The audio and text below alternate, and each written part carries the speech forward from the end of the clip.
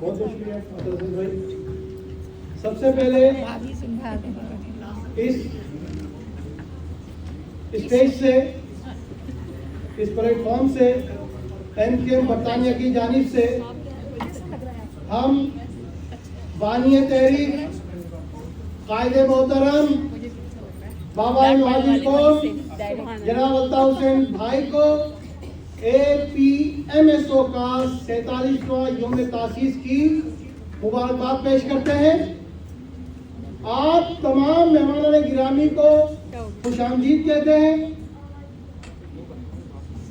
इस प्रोग्राम को सजाने में तमाम अरकान यूके ऑर्गेनाइजिंग कमेटी, तमाम हमारे यूनिट के इंचार्जेस व यूनिट कमेटीज और कारकुनान की जो शब रोज की मेहनत थी, उन सबको शाबाश। और आज के इस प्रोग्राम में जो मंजर हम देख रहे हैं स्टेज से, इस पर उनको भी दिली मुबारकबाद। और इस प्रोग्राम में इसको इस यहाँ तक पहुँचाने में राब्ता कमेटी का भी ज़ाहिर है कि हमें ताउन हासिल होता है, तो हम राब्ता कमेटी का भी शुक्रिया अदा करते हैं और उनको भी इस स्टेज से APMSO के 47वीं यौम तासीस की मुबारकबाद पेश करते हैं।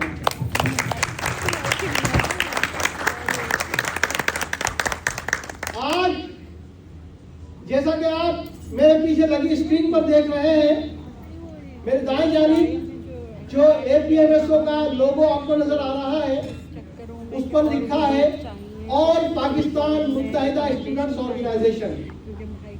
हम APMSO का यौम तासीस बना रहे हैं। अब आप इस लोगो में लिखे हुए नाम को क्या देखकर आप ये कह सकते हैं कि ये यौम तासीस पाकिस्तान के दुश्मन बना रहे हैं, पाकिस्तान के गद्दार बना रहे हैं?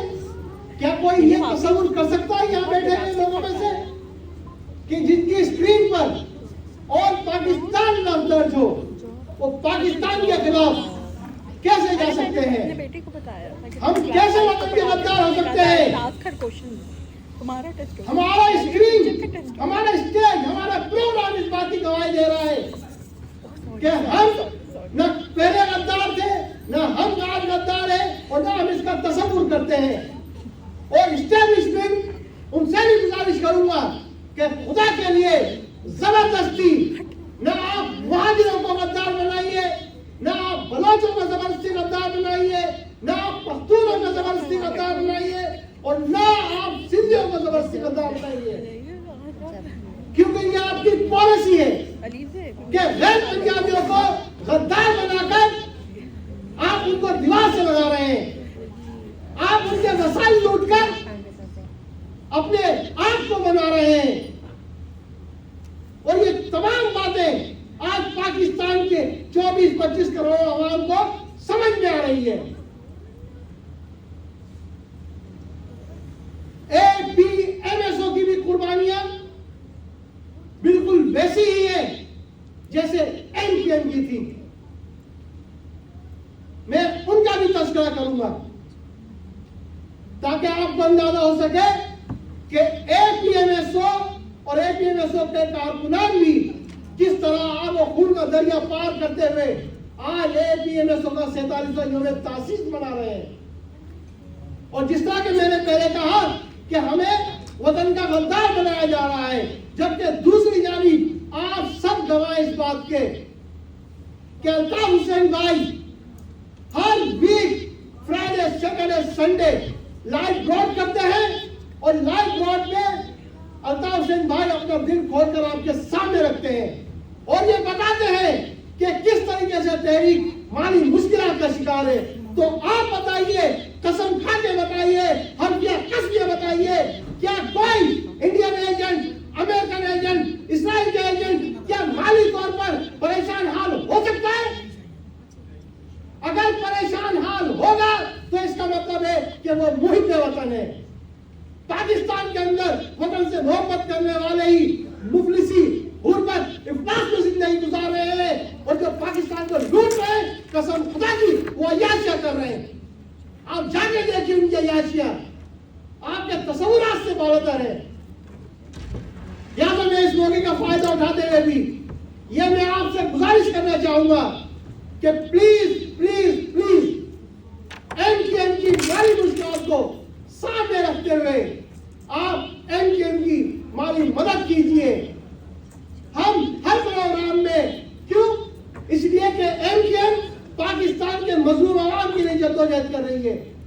एमकेएम जो 2% मराठी तबके के खिलाफ जद्दोजहद कर रही है और 98% अवाम को पाकिस्तान के अरबाब इख्तियार के प्लेटफॉर्म पर देखना चाहती है। 98% अवाम को हुकूक दिलाना चाहती है। लिहाजा एमकेएम को मजबूत कीजिए।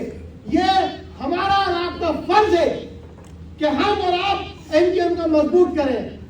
हमारे इस वक्त मौजूद वॉलंटियर साथी आपके दरमियान आएंगे, आप माली ताउन कीजिए। हम आपसे रिक्वेस्ट कर रहे हैं एमकेएम को, अल्ताफ भाई को उनकी फाइनेंशियली सपोर्ट कीजिए। ये जद्दोजहद आपकी नस्लों के लिए कर रहे हैं।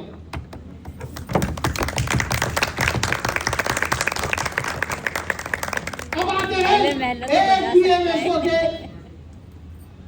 शोधा की जानिब। आज मैं जिक्र करना चाहूंगा एपीएमएसओ के पहले शहीद मोहम्मद असलम भाई का। मोहम्मद असलम भाई नेशनल कॉलेज कराची के यूनिट इंचार्ज थे। एक रोज वो अपने कॉलेज गए।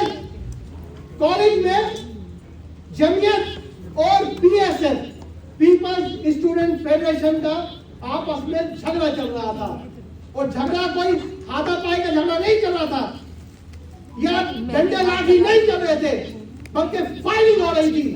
एक दूसरे के ऊपर फायरिंग हो रही थी, हथियार बंद फायरिंग हो रही थी।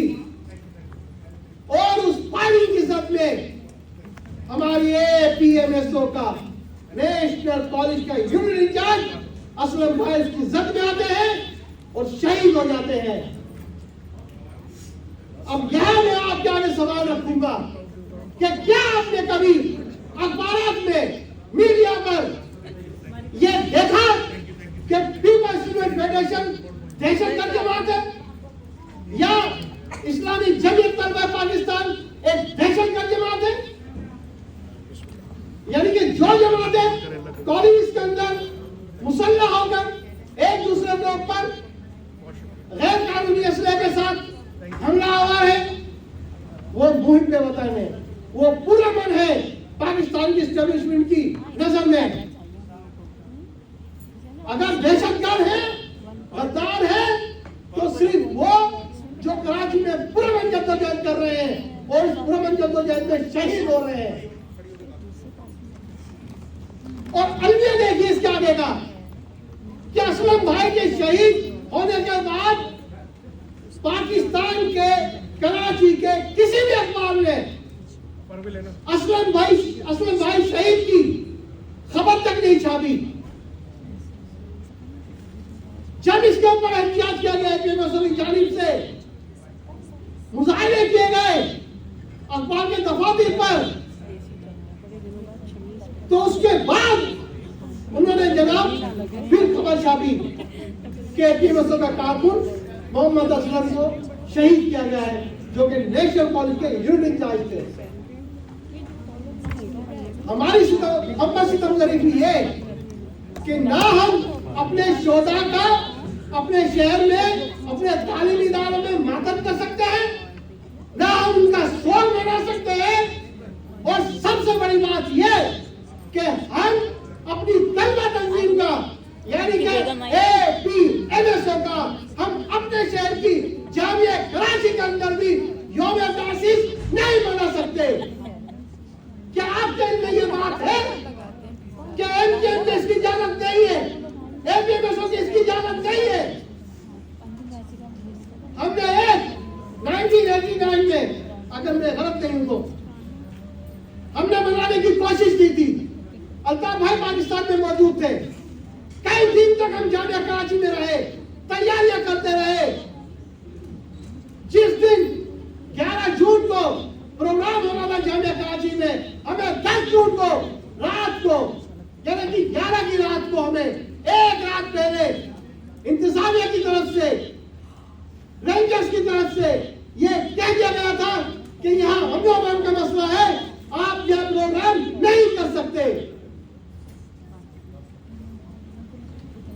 अब आप बताइए कि as a being Muhajir students, क्या हम इस पर अफसोस नहीं करें? क्या हम इस पर अपने गम और गुस्से का इजहार नहीं करें? क्या हम अपने तालीमी इदारों में अपने ही तलबा तंजीम का यौम तासीस नहीं मना सकते? मैं पाकिस्तान की एस्टेब्लिशमेंट को भी ये बताना चाहता हूं कि तुमने जामिया कराची में हमें रोका, कसम खुदा की हमने उसके दूसरे दिन पूरे शहर में एपीएमएसओ का यौम तासीस मनाया। हर सूबा सिंध के हर शहर में एपीएमएसओ का यौम तासीस मना। तुम हमें रोकते रहे।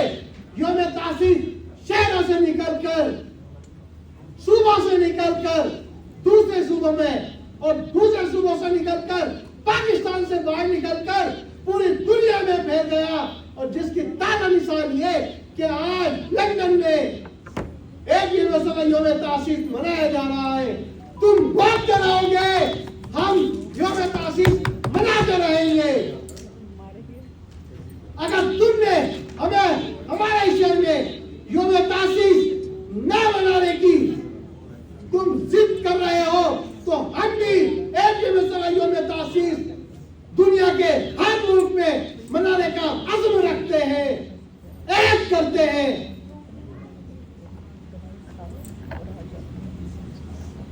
और इस एपीएमएसओ को, इस एनजीएम को जो कमजोर किया गया, उसमें बदकिस्मती से महावीर कौम के गद्दार, एनजीएम के गद्दार वो भी शामिल। लेकिन आज गद्दारों का हाल भी आपके सामने है कि आज उनके अपने अंदर जूतों में दाल बट रही है। आज उनके अपने ही जलसों में उन पर लानतें बरस रही हैं, इसलिए कि शायद वो भूल गए थे कि गद्दार के नसीब में हमेशा लानतें ही पड़ती है, जिसकी ताजा मिसाल मीर जाफर और मीर सादिक की है, जिन्होंने सिराजुद्दौला से, टीपू सुल्तान से सैकड़ों साल पहले गद्दारी की थी। आज सैकड़ों साल बाद भी उन गद्दारों पे लानत भेजी जाती है। जब गद्दारियों का जिक्र निकलता है, गद्दार का जिक्र निकलता है, तो सिराजुद्दौला और मीर जाफर का जिक्र भी आता है। मीर जाफर और मीर सादिक का जिक्र भी आता है।